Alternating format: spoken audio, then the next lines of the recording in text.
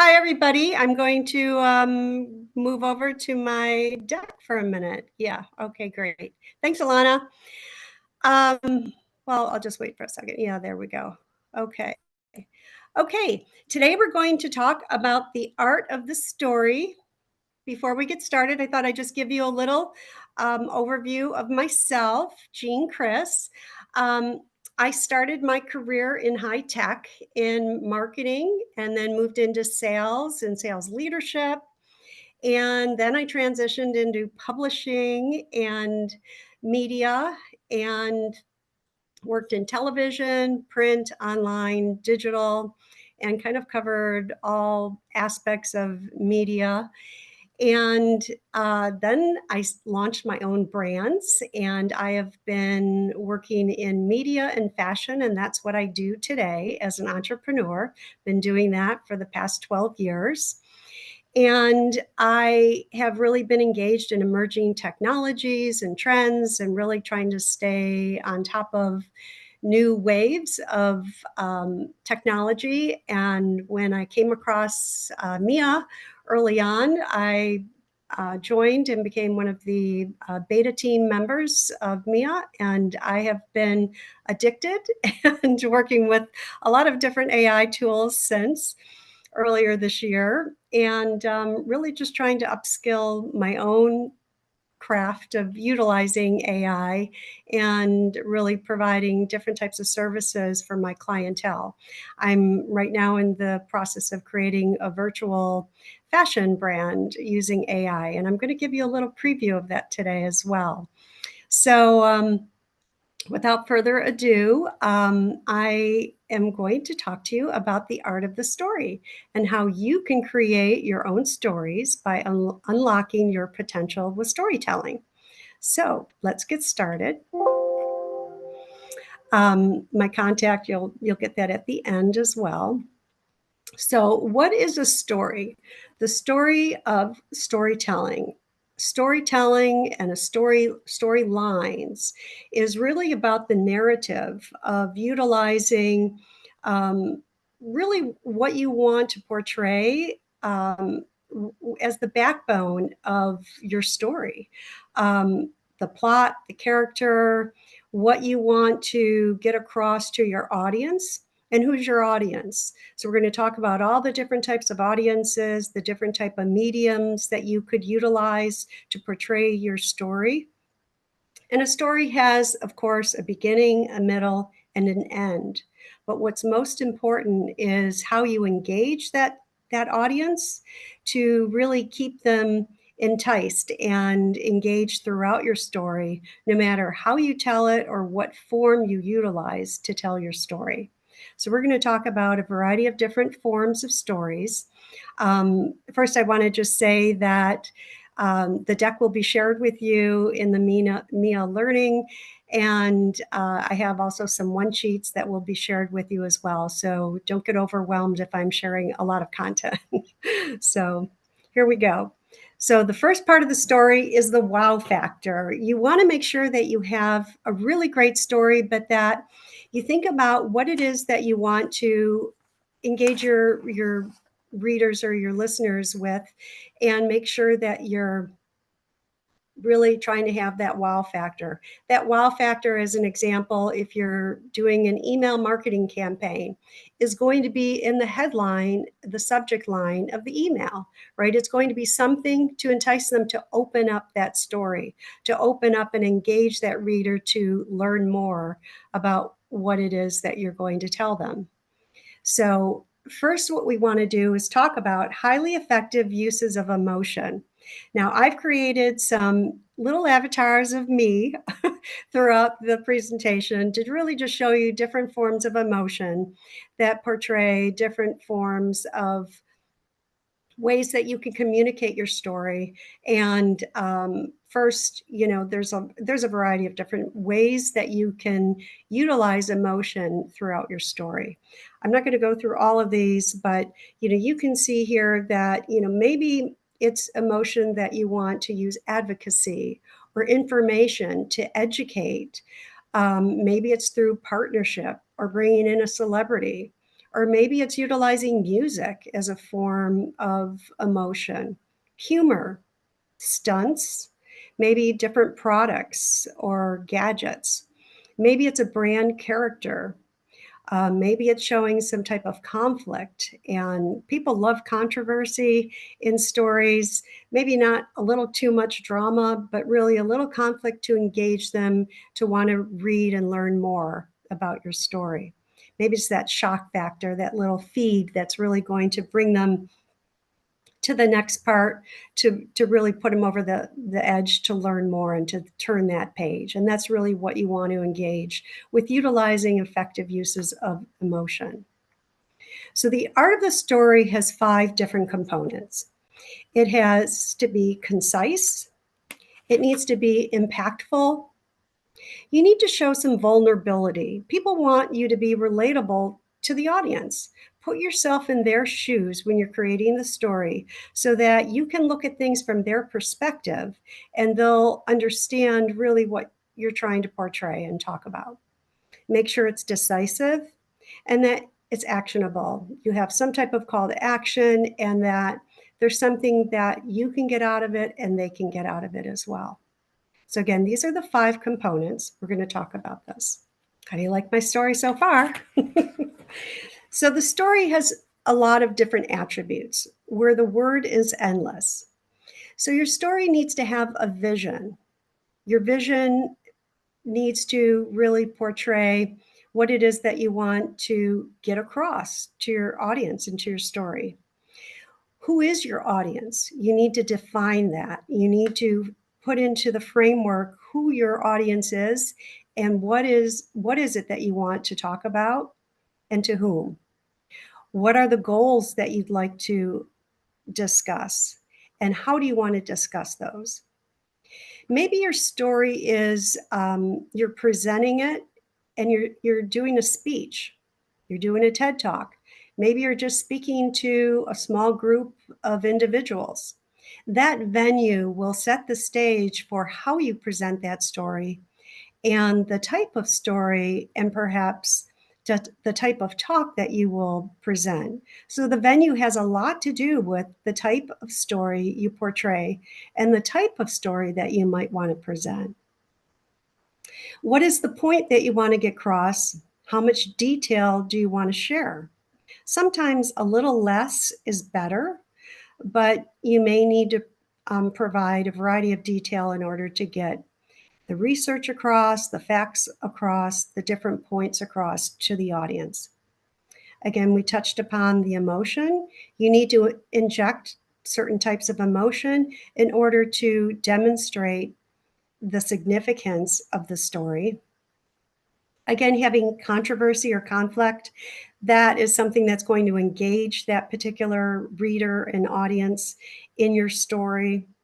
Keeping it simple, stupid, you've heard of that before. That's always a plus. And then always having it that dynamic, that drama, that wow factor in order to engage the viewer. And you want to make sure that you're always keeping them tuned in. You want to always keep that upbeat story going and have that tune in factor so that they're going to want to keep turning the pages or listening, whether it be on a podcast or a radio show, whatever medium you're using for your story. And of course, we know that practice makes perfect, right? So you want to keep practicing your story with those words to make it endless. So keep an eye on your reader when you're creating your story and think about all of these different attributes before you write the story, because this will help you to write it in the right context. So now I'm going to share with you a variety of different types of story forms.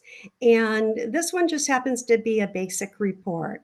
This is a template that you probably have seen used in a variety of different reports that we've received, where you may have, let's say, a company summary, company names, vertical market segments, global information, company size, revenue, URL link. Maybe you have a showcase of an image on a one sheet. This is really great information, and it kind of captures a lot about that story in a one page. I'm going to share with you two examples here. These are two reports of two one-sheets that were shared with me in the VR AR Foundation. I'm a part of that group. Hello? And the first example is chocolate milk and donuts. Now, this is an immersive company. I wouldn't know that by the name of the company, right? But when you tie that particular company name to the logo,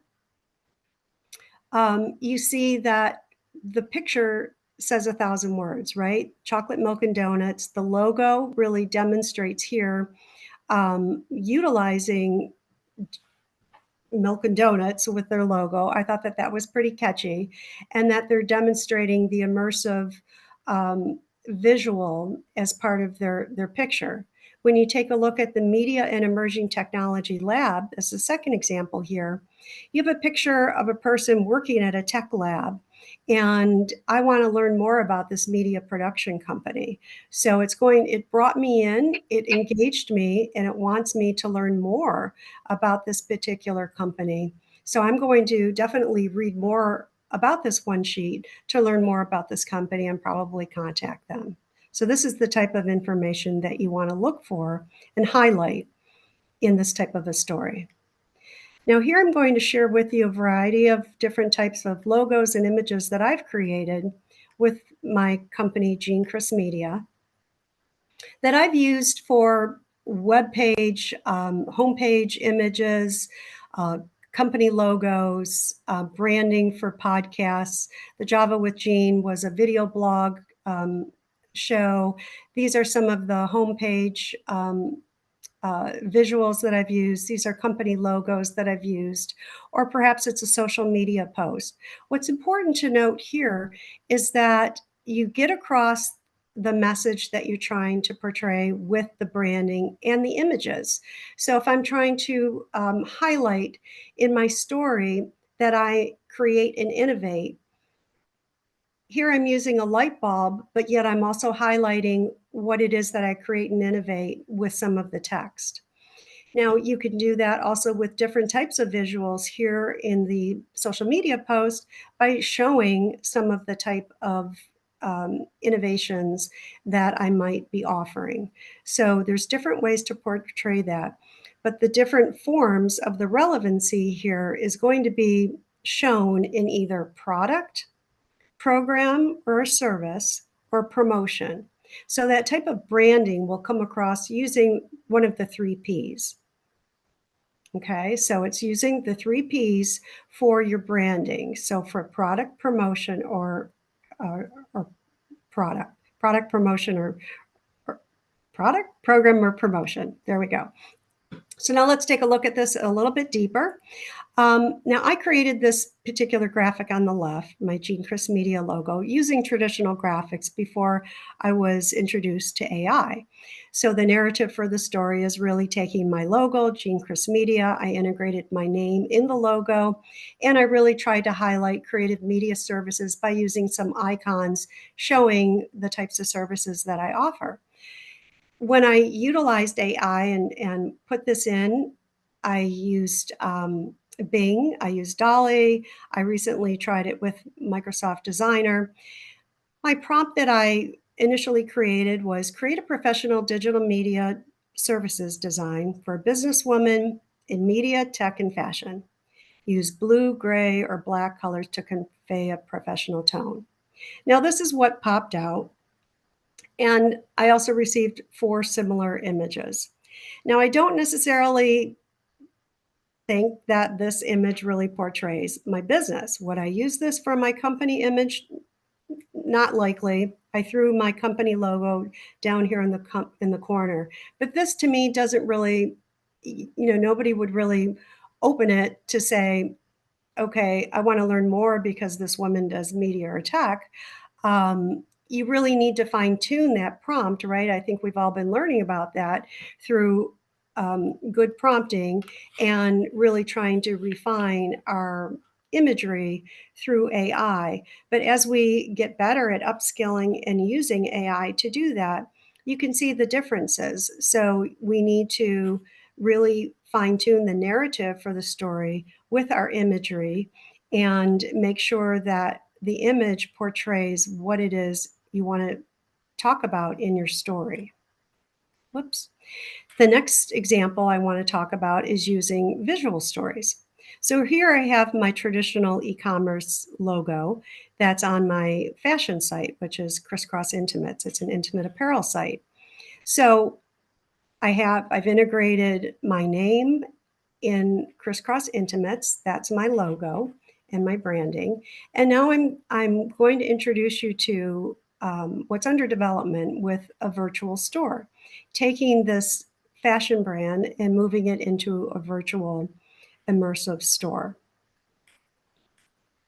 So here we have something that's a little bit more in depth that what you may need to do with your businesses or industry sectors that you may be involved in.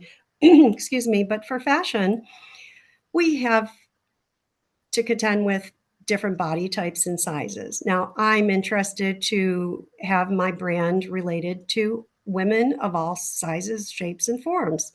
There happen to be 7 different body types and shapes. I want to market to all of those types of women. So when I do this, I need to create avatars that can wear the different types of garments. And so we're looking at creating different types of avatars that have different measurements and different figures. So that content creation involves creating AI generated avatars for fit and sizing. When you take that a step further, let's look over here on the right side. These are my Fashion Week. This is a Fashion Week model that I hired where I did a variety of different photo shoots, where I spent thousands of dollars doing traditional photo shoots and received hundreds of different photographs afterwards. What I'd like to do is to transition that to create avatars so I could save a lot of money and do this and make this work turnkey to produce different images going forward. Here on the left, you see these 2 women in the blue and the black. These happen to be AI models. So these are avatars. Now, don't they look very similar to a regular human? So there's a process that is involved to do this. So again, it starts with creating that body, then creating the pose, then adding the garments to those avatars, and really taking all of that content and creating that AI generated content to make it what we're looking at over here on the right and on the left. So what's entailed is what I've been working on is you can see here in the lower left the white mannequins here, the avatars, where you can see the garments don't really match up and align properly. The bras are sized a little bit differently. I know it might be hard to see with the small images here, but you might be able to tell here in this image, the right side of the bra is a little bit thicker than the left side. These images seem to be a little bit more on target with what the garment should be sized as. So there are some technical complications as you do this. I'm not saying it's an easy process, but this is what the challenges have been. So now we move into the different forms of technology for visual stories. So my story here is now moving into the extended virtual try-ons.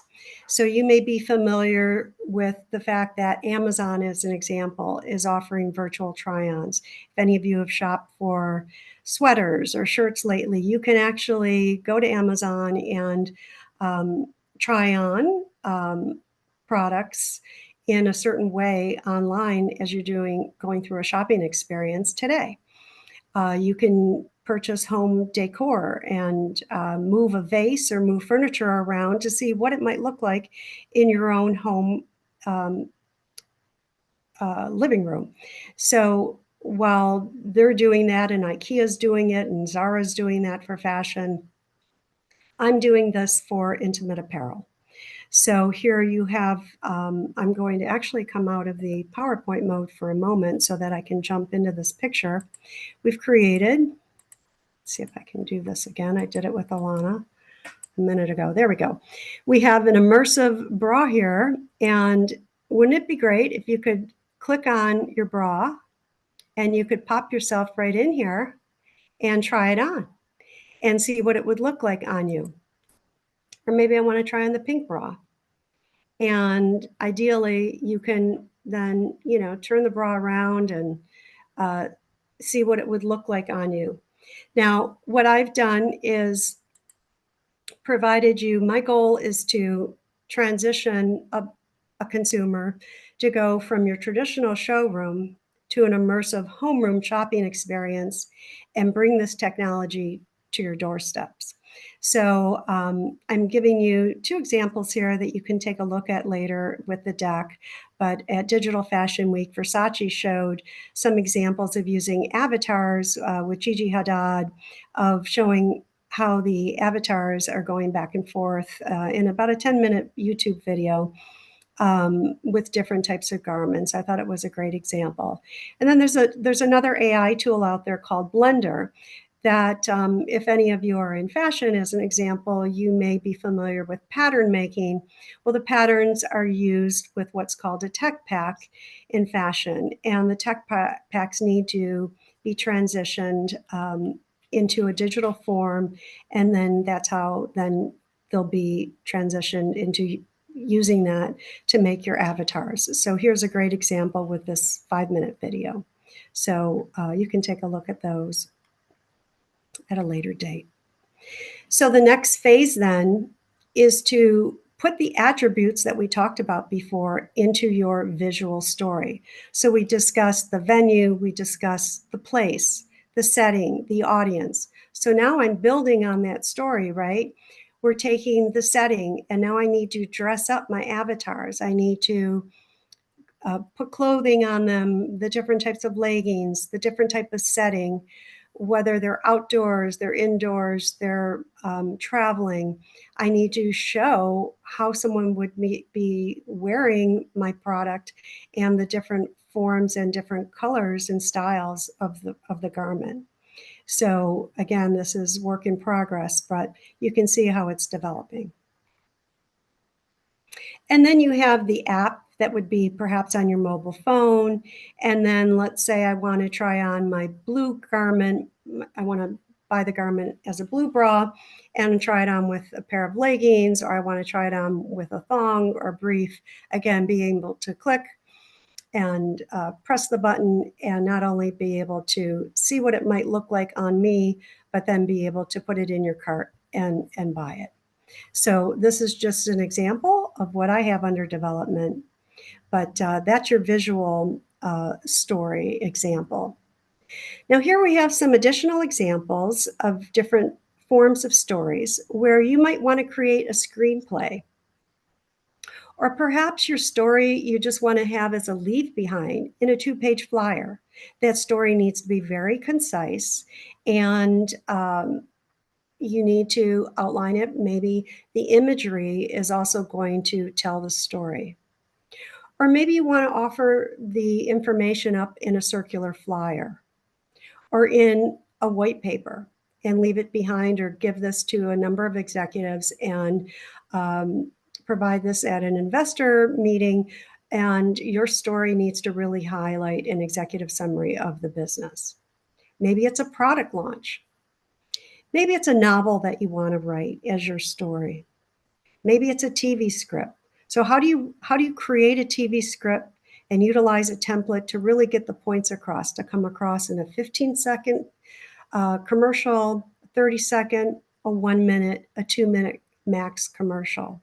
You have to outline that and be very concise and precise with how you create that story. Perhaps it's in a newsletter, a 1 or 2-page newsletter. Or maybe it's a mystery screenplay, or maybe it's a multi-page brochure. So what is the messaging, again, that you need to create in order to convey that story? Another example might be with publishing. Now, certainly I came from the publishing industry and I worked for big companies like IDG and CMP and Ziff Davis and Jack Morton. And not everybody comes from the publishing world, but I also learned how to self-publish on my own on Amazon Kindle, and anybody can do that. And I learned how to create my story or take my story and put it into publishing and create a blog and post my stories on a published blog. So, blogging and writing your own story, crafting your message, and putting it into print is another form of storytelling that you can do in a written form, in an audible form that's available, and it's an easier process now than it was years ago as well. Also with branding, branding talks is a way, is a form for storytelling. You may need to create that brand awareness through a branding kit. Here I created this for my fashion brand, and the branding story was continued throughout all of the media, whether it be in a trifold, a thank you note, the business cards, promotional gift cards, in some of the collateral giveaway, hats, merchandising, pens, papers, stickers, etc. So that branding and that message, that story gets continued throughout, and that really resonates with people when they see it because they will then recognize your brand and that story will be remembered.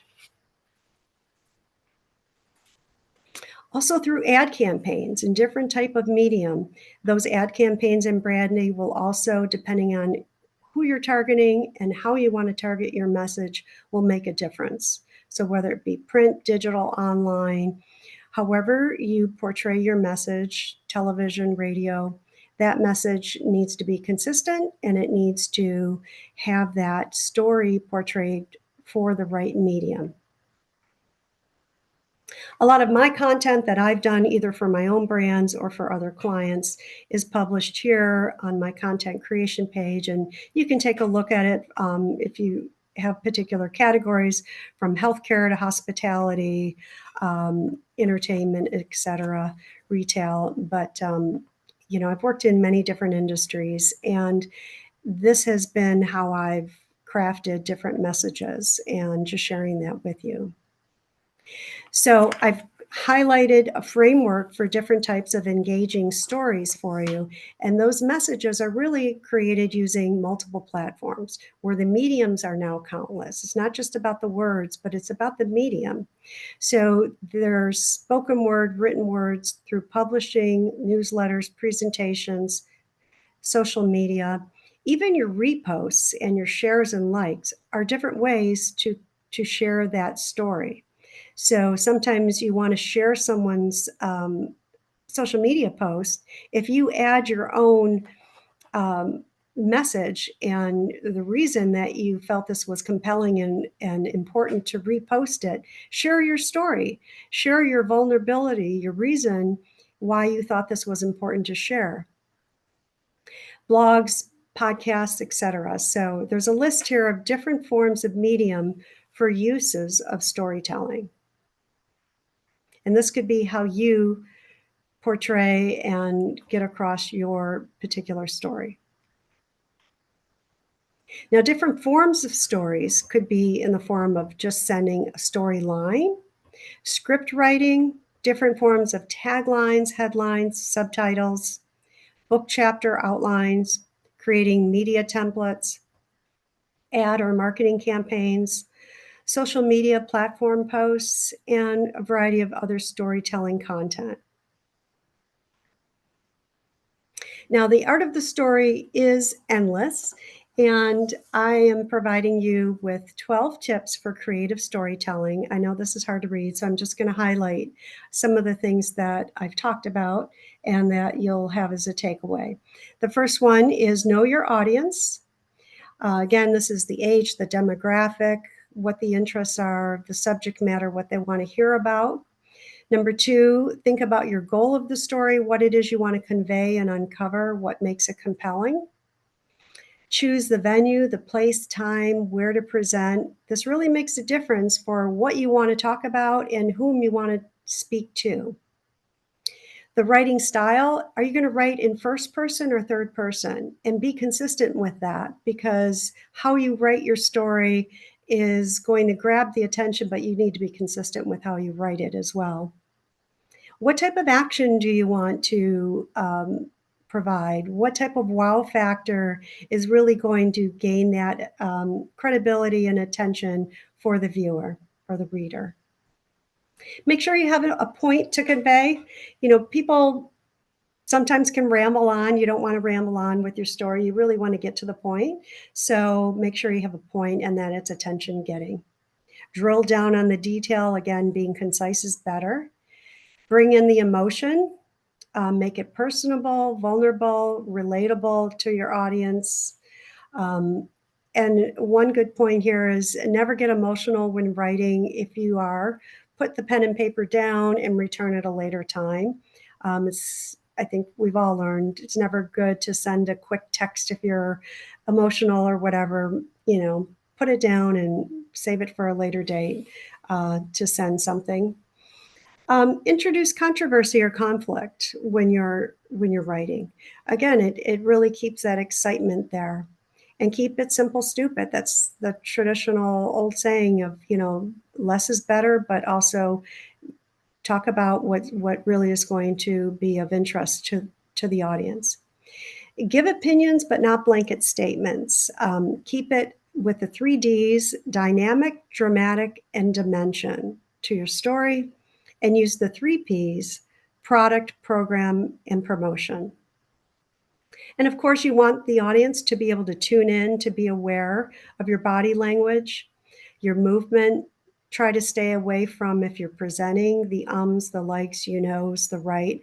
A lot of us have the habits of doing that. I think it just comes with time to practice so that you get away from that.